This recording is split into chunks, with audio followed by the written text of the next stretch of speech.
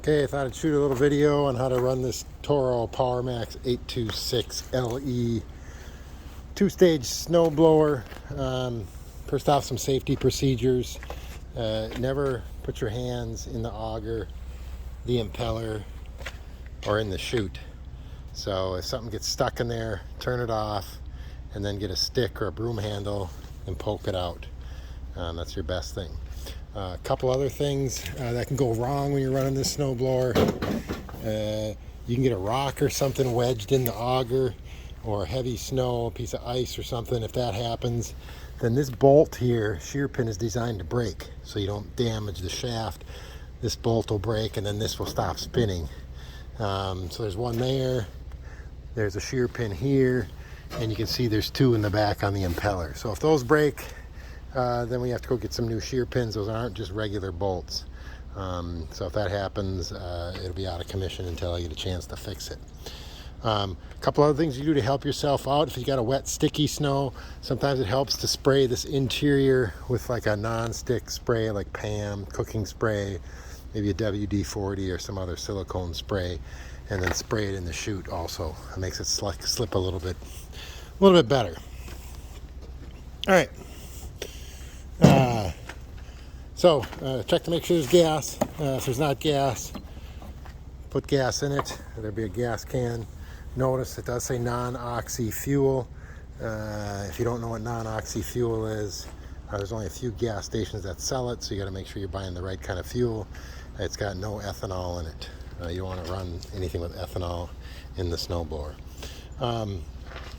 So the left handle here engages the wheel. The right handle engages the auger. So if you push the right one down and then push the left one down, the right one will stay down. So you can see the left one's being held and that one. So it's a little bit easier on your hands. If you let up on the left one here, look, I'll let up, and you can see what'll happen. The right one goes up when I let up on this one. So you can, different speeds. You don't want to go too fast. Probably right in the middle is probably the best thing. You don't want to overload the snowblower. Maybe you don't want to get too much snow going into the auger. This adjusts the chute left and right. There's a little grip here. You pinch it together to release it, and it makes it go up and down and left and right. So up and down, left and right. Now, one thing that can happen here, if you store the snowblower outside or after it's been running for a while, water can get on the cable or on the gears, and then this freezes up, and then it doesn't move left or right or up and down, and then the snowblower is kind of out of commission. You can bring it to a warm area, or try to heat up the cables here with a hair dryer.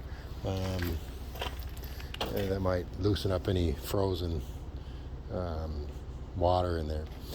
So that being said, make sure after you're done using it, brush off any snow. That'll help alleviate any freeze-ups or anything, snow melting on it. Get off any excess snow on the exterior. Now when you do run it, this exhaust here, muffler, will get hot.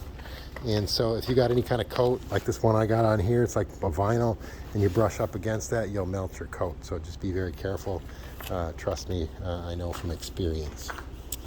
All right, so to start this, first thing you want to do, put the throttle in the up position, put it to full choke to the right, and then I usually prime this 3 or 4 times. 1, 2, 3, 4. It usually starts up on the first pull. Just pull the pull cord until it's engaged, and then once it's engaged like that, then just give one good pull. Nope, didn't start. Let's try it again.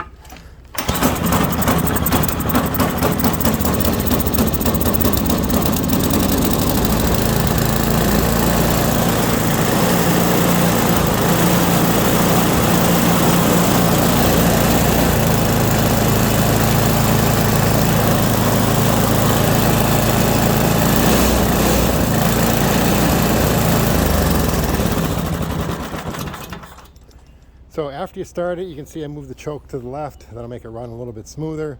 You can adjust that a little bit if it's running rough.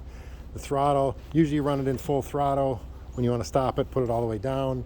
If for some reason you're just taking a quick break, you can put it at half throttle and it won't be quite as noisy. If you got earplugs, that helps because it is a noisy snowblower. If you have any problems with it, let me know. Things do happen. They do break.